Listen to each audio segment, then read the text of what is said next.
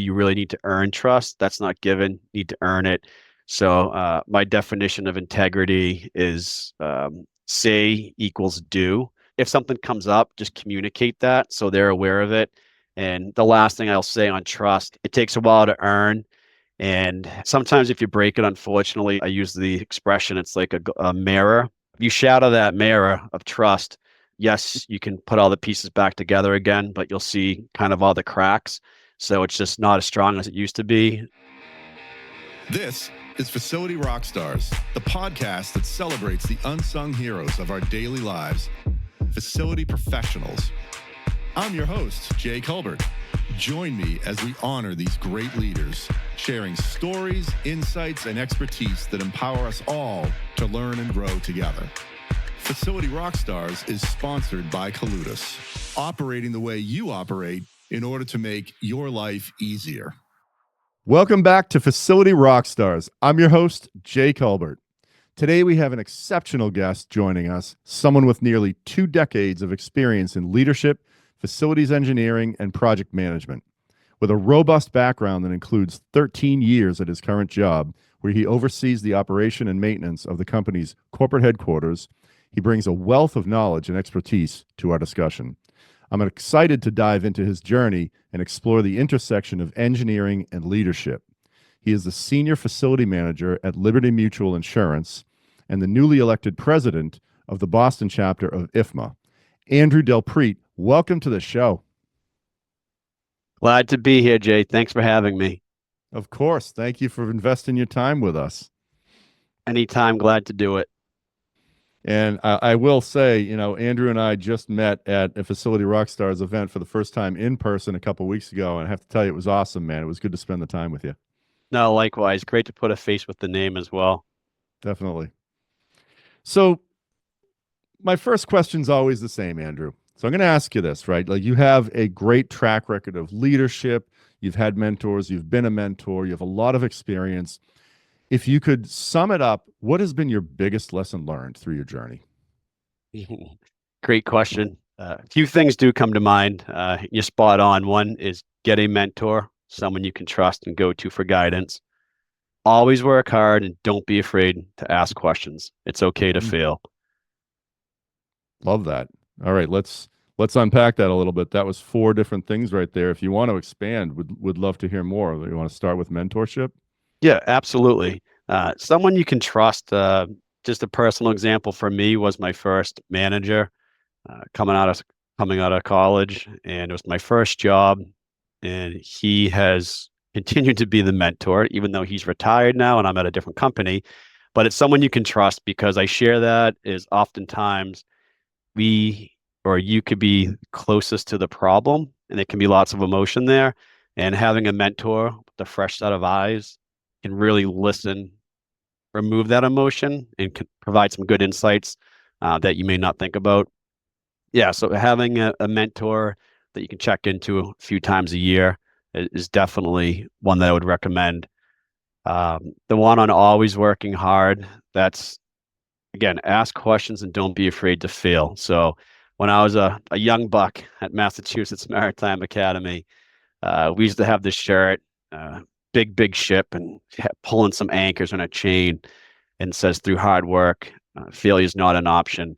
And I always thought failure was not an option. However, as I started to grow my career, it is okay to fail. However, you need to learn the lesson, fail fast, and be able to learn from it. And just a few examples that come to mind. You look at the Wright brothers; they didn't fly a plane the first time they tried to launch, and Henry Ford didn't get the first automobile right the first time. However, they did learn on what didn't work. And one quote I like to throw out from Liz Bruner, it was her grandmother. She used to be News Center 5. She would always say, no knowledge is ever wasted. And that's a great one-liner. I don't believe I've ever heard that, and it's that really landed for me. No knowledge Jay, is ever wasted. Yeah. That's a good one. No knowledge is ever wasted, and progress over perfection are two. I'm going to drop a couple of them, and that goes, I feel like technically I'm a millennial, but I feel like a traditionalist, being very close to my grandparents as a kid. Mm-hmm. So I have a lot of one-liners that you may hear, you may be able to relate to, but other folks, depending on age, will relate to it or say, like, "What's Andrew talking about?" Sure. Let's Uh, try everyone. yeah, Drop them no, it's anyway. perfect. No, it sounds good. And I guess kind of like one other thing too that comes to mind is just kind of reflecting back when I was younger, really used to stress out about the little things. And I try to say now, don't stress the small stuff, especially the things that are outside of your control. And the Mm. outside of your control is that's the big piece because you have to, I'll use the example. If it's a business, if it's your organization, if a section of the business is being sold or potential layoffs, like no one enjoys that news, but please don't just sit there and not do anything. What you can do is update that resume, try to give yourself the autonomy to be in the driver's seat because that news may be positive, it may be negative. However, if you have failures out there, you're leveraging your relationship in the network, your resume is up to date, you're just trying to position yourself for the opportunity. So if this potential layoffs do occur, you did everything you were able to do inside of your control to kind of give you some autonomy back. Mm-hmm. I'll comment quickly on that too. I think, you focus on the things that you can control. It not only gives you confidence, but it keeps you in motion. It keeps you in positive motion. And, you don't know what you might create from that. So, and you can only control what you can anyway. Now, when you talked about mentorship, I want to jump back to your first point, Andrew, for a moment, because I love what you said about removing emotion. Not a lot of people, I don't know that I've ever heard anyone phrase it quite that way. And that's powerful. Mentors will many times teach us from their experience or give us different perspective or alternate perspectives or viewpoints. But I love that you said removing emotion. Can you say anything more about that? Or did it personally affect you, or did you see it personally affect someone else?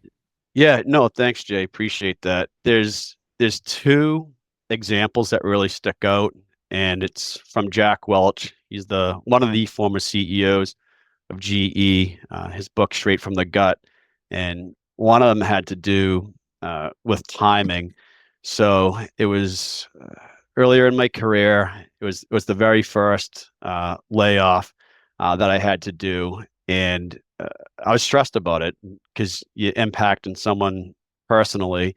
And I was on a flight heading down to Texas for a business trip, and I was reading Jack's book. And there was a line in the book that I want to share with others because it really, really, really resonated.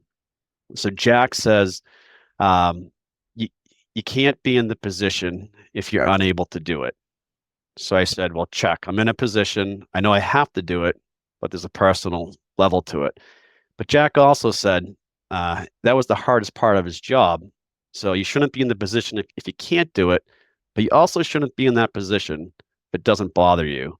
And that Mm. resonated because both of them strung a chord with exactly what I was thinking.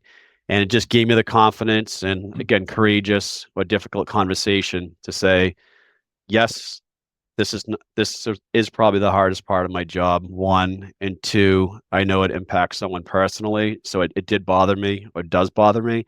So I thought that was something I wanted to share with others, that if you're listening to this, you have to go through that or you have gone through that, just know the personal impact, and you're worried about it, just shows that you are the right one for the job, and someone has to relay that message, and that's you. So you have to do it as well. So those were two things that really stuck out on the layoff portion. And then another one from the same book that I probably have highlighted.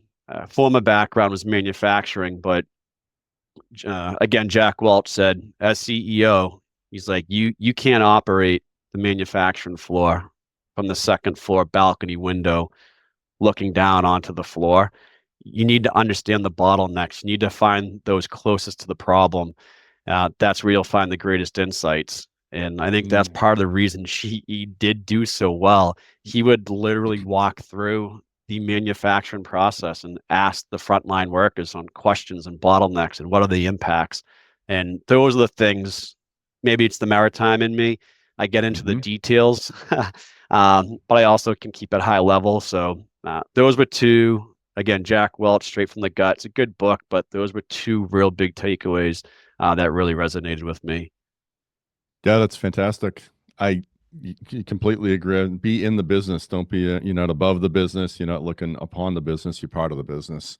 Hmm. You just touched on the maritime. I want to get into that a little bit with you if we can, Andrew. Like your maritime experience. We've had several Mass Maritime grads on the show, and obviously we work with a bunch of them collectively. But Hmm. how has that impacted you? Maybe the community from the maritime. The network is real. And for any maritimer listening to that, they'll probably chuckle and totally agree. As an undergrad there, they always talk about the network. And I didn't realize how big that network was, but they're all over the industry. I think part of a little background, I guess, about me too, a little bit more on the personal side, and it Mhm. intervenes nice into how I got to the maritime, was I grew up on the family farm, and that kind of got that. My grandfather, old school Italian, a lot of values, principles, the work ethic. But working with some of the equipment and wanting to understand how things work, kind of introduced me to Mass Maritime, where you get to understand how things work on the engineering side. They had a lot of good um, their labs, learning to weld, e-machines. It's a lot of hands-on stuff as well, and getting onto the ship. So I think that's what got me into the maritime. And then there's just the maritime stories. Every time I get together with those guys, it's always a good time because we call them sea stories, but Mm. it's not for everybody, and it's great because freshman year is not great, but having Mm. done squad leader and cadet officer junior and senior year, uh, you understand how that process works. You really understand time management, discipline, responsibility.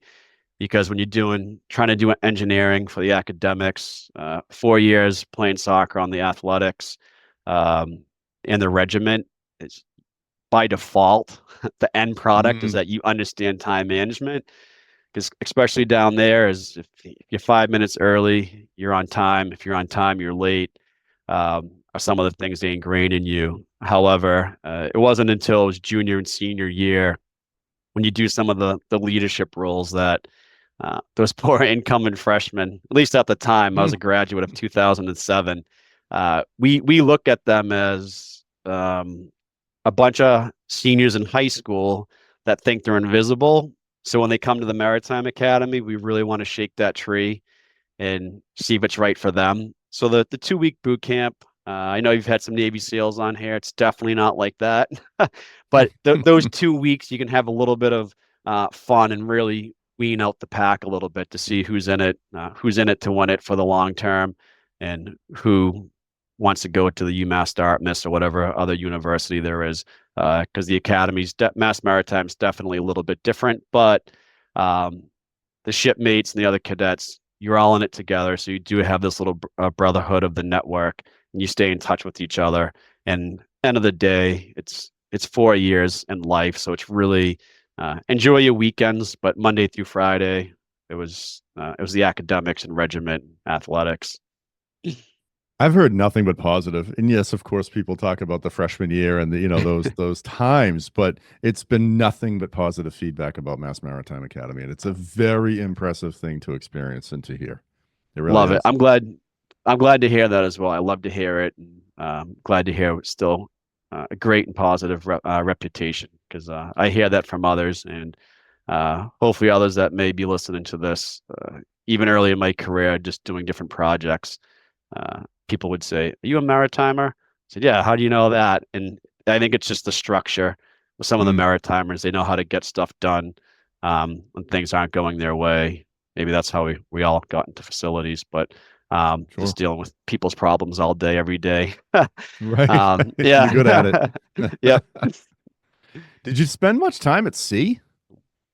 Great question. So I knew I wanted to do the engineering. Wasn't sure if it was facilities engineering or marine engineering. Marine engineering, you're shipping out. Freshman year is sea term. Spend about 2 months at sea. Mm, And we hit a storm off Cape Hatteras in January. Jay, I never thought we'd get back to land. And Wow. I didn't want to go on that lifeboat, but I told the guys on the ship, I said, if we ever get back to land, like I'm going facilities. So That yeah, made the decision. yeah, made that decision. I will say though, I mean, life on the ship, Sundays at sea was really cool. Essentially, that is if you were out at sea on a Sunday, cool kind of cookout, play some games on the helo pad, which is the helo deck. Mhm. Great opportunity though. Saw some parts of the world I probably would never see. Going through the Panama Canal was really neat. Uh, Awesome. Engineering wonders of the world. Costa Rica. For any Navy guys, I am a shellback. So that's we did cross the equator. I guess you can call that 21st century hazing. I won't go into details on what that's all about, but it is a Navy tradition. And Mhm. yeah, it's pretty neat. Back through the Panama Canal to come into Aruba, do customs in South Carolina, then back to Buzzards Bay. So it was great, great experience. Again, I know I said it already, but no knowledge is ever wasted. So Sure. learned a ton, really enjoyed it. However, there's a lot of things that can go wrong in a building and the facilities and real estate world. And those problems just maximize when you're out at sea, when you don't have the flexibility of bringing on contractors and subject matter experts. You have to figure it out at sea, float in the Mhm. drift. Maybe that's why you're so good at facilities, because you have to be, resourceful is what I'm hearing. Use what you have. Yes, Make it happen. Fix it. make it happen. Mhm. It's on resourcefulness, Jay. Too, you make a good point. I do see resources that are becoming scarce as we do see older generations leaving the workforce Mhm. and future younger generations trying to get into it, and maybe not the numbers we want to see getting into the again different trades. However, like I have stay conversations with our team, and Can you explain what stay conversations are in your world? yeah, absolutely. If someone comes to your desk and they say, "Here's my letter of resignation. Give you 2 weeks," uh, that that ship has already sailed because the Mhm. decision's already been made. So the stay conversations are, I want to be able to intersect before it gets to the point where they're so fed up that they leave. So Mhm. the stay conversations can be check-ins, which I literally check in with the guys. Hey, how are you doing? How are things going? How's the family? But also having some formal, we call them skip levels, to check in with the team throughout the year to say, hey, what are the hurdles? What obstacles? What's bothering you? Because the work's the work. However, if there's ever any behavioral or hurdles that I can help remove to make that a Mhm. better place to work, like that's what I'm here for. And I'm a huge teams guy. My team, they know that. We're only as strong as the weakest link. So those stay conversations are talent and resources. They can be challenging, and intellectual knowledge or the intuitive knowledge of the team that knows the buildings and knows the systems. I Mhm. don't want them to leave because if they do, um, the challenge of trying to hire somebody new and it's an interview, so hopefully you make the right decision. Then the Sure. onboarding and training that takes some time. So if I'm able to again have those stay conversations and make people stay, uh, I'm proud of that. And I've seen a lot of retirements, which I'm really proud of that. They wish they could work Absolutely. longer. But you have those 35 plus 40-year people working, which shows it's a good place to work. And then the few that have left for different reasons, it could be family related or people moving. But those exit interviews that I have always been, it's a great place to work. So, yeah, team takes pride in that and I take pride in that. How long have these conversations been, like, what was the onset? How long has the company or yourself been doing them? It's a great idea. Good point. Or good question, I should say, because it was probably just a few years back. We did go through some training at a high level. I'm not sure if others in the organization continue to do it, but that was one. There's certain things that, in order to retain it, you have to apply it. And I Mhm. said that is one that I will apply. So I've continued to do it. But that was probably about 3 or 4 years ago where I first heard that term, stay conversation, which is good. Well, the other one, it was kind of the stay conversations too, but kind of how we're on some of the team stuff. Like uh, I try to say, you always have to grow, continue to learn, grow. And what I like to share, and hopefully people remember it, is learn today so you can teach tomorrow. So Mm. in order to make the team better or the organization better, if you as a leader or myself as a leader, if I'm not growing and developing, like I can't give what I don't have. And that's John Maxwell's good on leadership. He likes to say that as well. You can't give what you don't have. So a lot of it is in this ever changing world. The velocity of change is AI and digital twin and the hybrid workforce. It's constantly changing. And then Hmm. what I would share with others is learn. Sometimes you need to unlearn what you learned. So learn, That's a good point right unlearn, there. Yeah. relearn. Yeah. And I think that's part of the process. Just kind of have that stick with the growth mindset versus a fixed mindset. Yeah, I have a couple follow-ups to that because Mhm. you said, everyone you should always be growing and always be learning. I completely agree with you because you're right. How could you contribute more if you're not improving upon yourself? How could you contribute more to others, right? What if someone Exactly. doesn't want to grow and they're really good at their role? Like, how are you handling things like that? Great question. Uh, I've had to handle that. And it's good because I'll use this specific example. And I was young in my career as well. It's when I was at P&G, and we had an electrician, very, very good, low voltage, medium voltage. It's like under 13,800 volts, but really, really, really sharp electrician. And um, I was in a role where I saw him as a potential opportunity to grow to become either supervisor or lead. And I sat and had the conversation with him, and he says, "The day you take the tools out of my hands, I will leave this company." So I said, That's pretty definitive. Oh yeah. I said, duly noted. So definitely didn't want someone of like again that magnitude to leave. So Hmm. he was the subject matter expert. He built that was a career for him was the electrician role. And that's a good conversation because now I understand I'm not going to push the say the round hole in the square peg example. I know that he's a subject matter expert, adds great value to the team. However, he does not want to get into that like managerial role. So it's good, Hmm. you know where you stand, and that's where I'm very open and honest, or just being transparent with the people. There may be, if you're ever looking at succession planning, Hmm. there could be candidates that you said, "Hey, like you're going to be the successor. I have a vision for you." You need to have that conversation because if the vision's not the same, that Hmm. Hmm. that's could be a Hmm. barrier. So just to have whether it's check-ins or those skip levels, just say, hey, like I speak highly of you. I think there's opportunity for growth. Have you thought of it? Have you considered? Would you be interested if, say, these opportunities were to present themselves?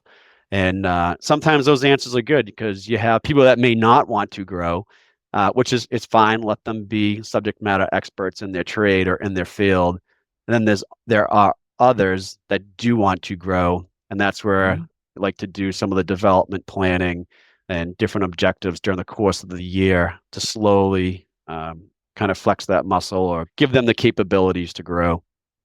You're certainly right on top of it. And thank you for the story about the electrician because that's real, right? That person knew Yes. what that person wanted and what they did not want, and maybe their growth lied within that role in and of itself. Just getting better every day at that. Hmm. So great stuff. We've talked about. I think we talked about burning. Don't ever burn any bridges, right? Is that so? I think we talked Yes. about that a few weeks back, right? And that's a good topic to maybe tease out a little bit. You want to talk? Do you want to expand on that, Andrew? Yeah, no, absolutely. And maybe that's the Mass Maritime probably helped a little bit when you have squad leaders yelling at you at 0500 or zero dark 30, whatever time it is. Just sometimes biting your tongue we're trying to take the civil approach. Because I say don't burn any bridges because you never know when you may be working with that person again. Mm-hmm. And just one of the examples is it was manufacturing. I won't say any names or companies, but just really kind of a challenging individual. And it took every ounce of my energy not to just let it out there. But that definitely would have torched a bridge. Mm-hmm. And then 10 years later, that individual left company with different company. I was with a different company, and there was a much better partnership, probably a lot more maturity because we were a lot older.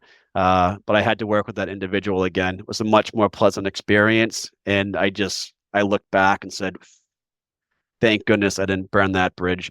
So that's just one. Listen, I know there's people that we don't want to work with, and if that's the case, just try not to work with them. But Mm-hmm. always try to take the high road because you'll never know when that will come full circle. Great Um, advice. yeah, there's that, and even on kind of don't burn the bridges can be close with trust. Trust is a big one too. You really need to earn trust. That's not given. You need to earn it.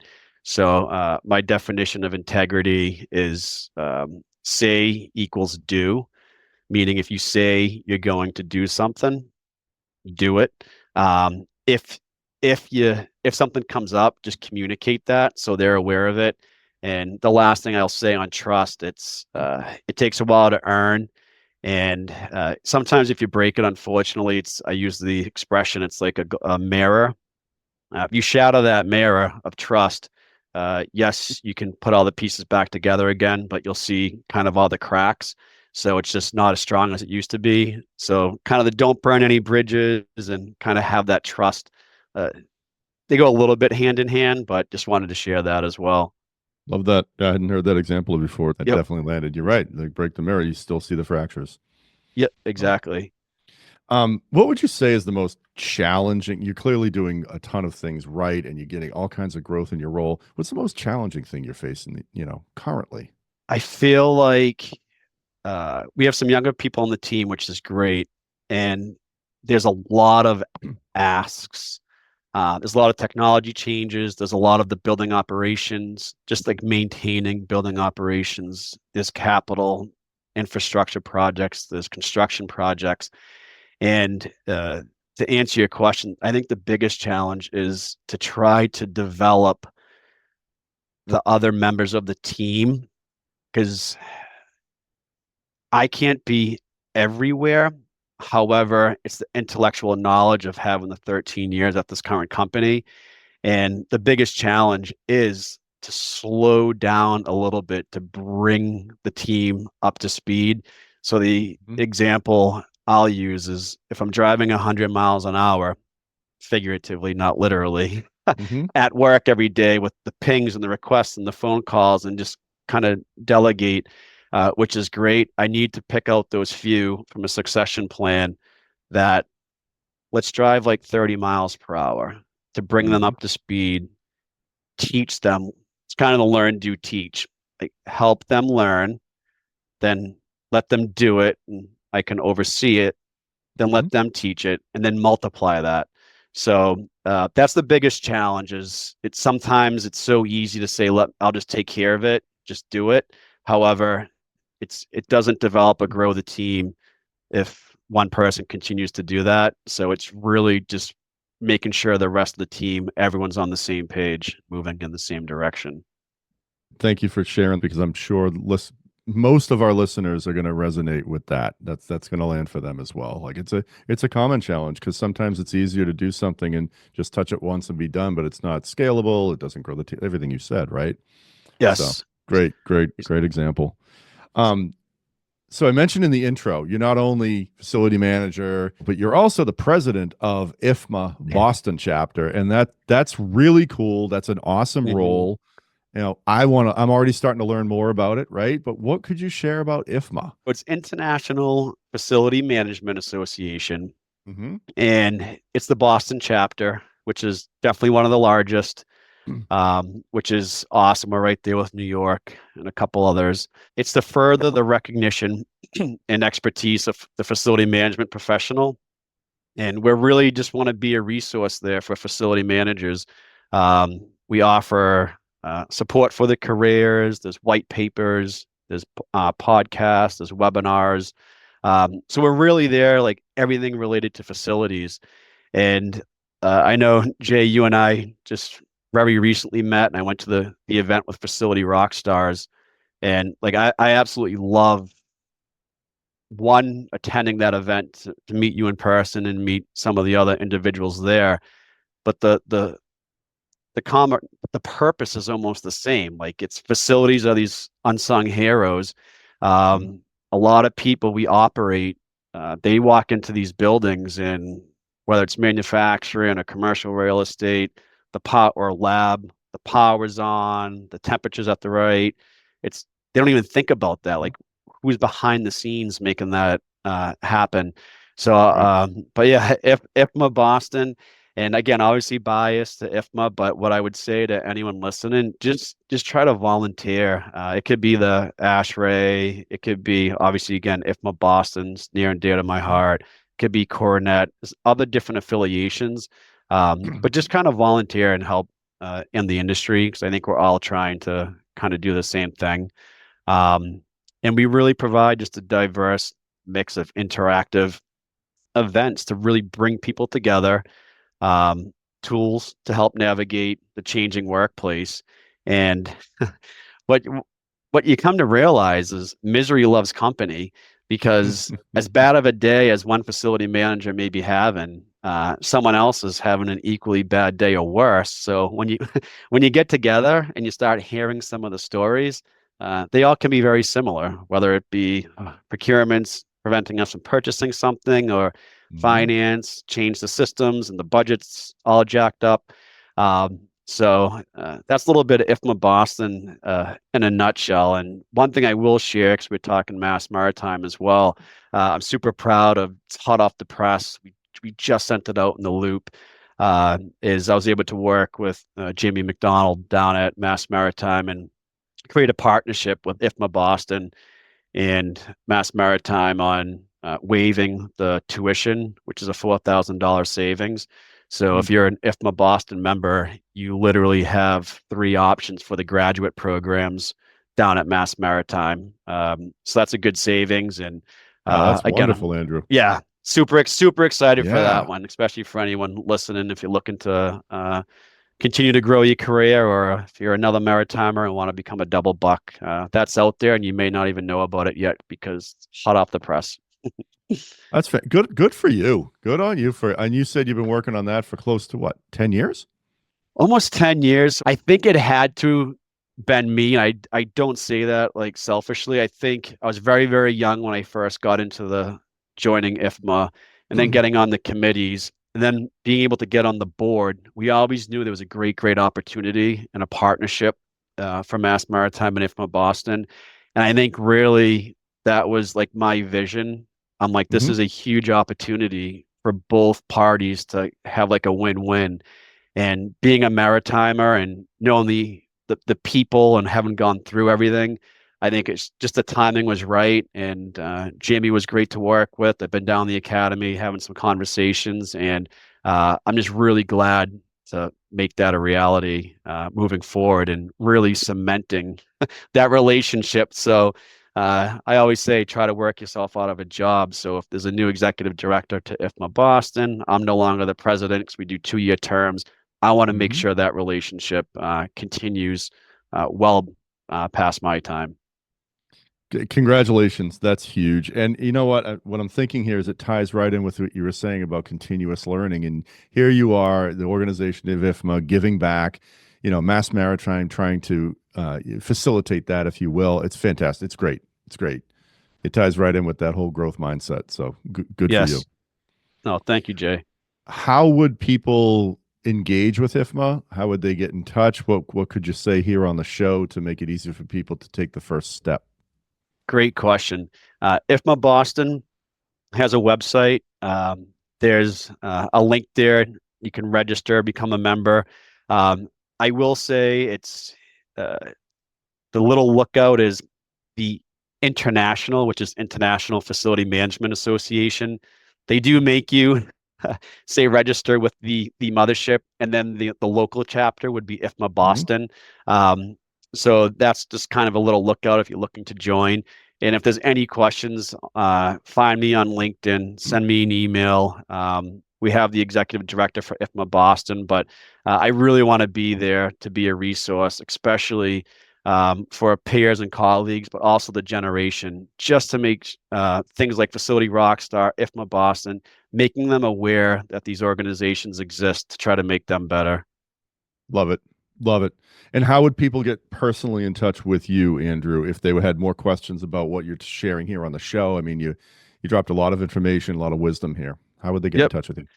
Best bet would probably be through LinkedIn. It's Andrew DelPrete. It's DEL capital PRETE. And there is two Andrew DelPretes, which have gotten confused in the past, but I'm the one who works at Liberty Mutual. And if you're able to look at the profile, you'll see, Liberty Mutual, IFMA Boston. And yeah, feel free, shoot me a message. If you want to add me, even do a little note if you want to say, hey, Andrew, listen to the podcast, have a few questions for you. And I'd love to pay it forward and be a resource and help provide guidance or point them in the right direction. Awesome. Well, I can't say enough good things. You from the day we met on the phone, you're one of the most approachable people I've ever met. You're super easy to converse with, and you're a wealth of knowledge. So I can't thank you enough for being on the show today, Andrew. No, I really appreciate it, Jay. I'm looking forward to many more conversations at different events with each other too. 100%. Me as well. And for everyone listening, I hope you picked something up today. If you learned something, if you laughed, tell someone else about the show. Andrew, thank you again. It's been another great episode of Facility Rockstars, and we'll see everyone next time. It's a wrap. Another episode of Facility Rockstars is in the books. Facility Rockstars is sponsored by Coludus, operating the way you operate in order to make your life easier. Until next time, facilitate and rock on.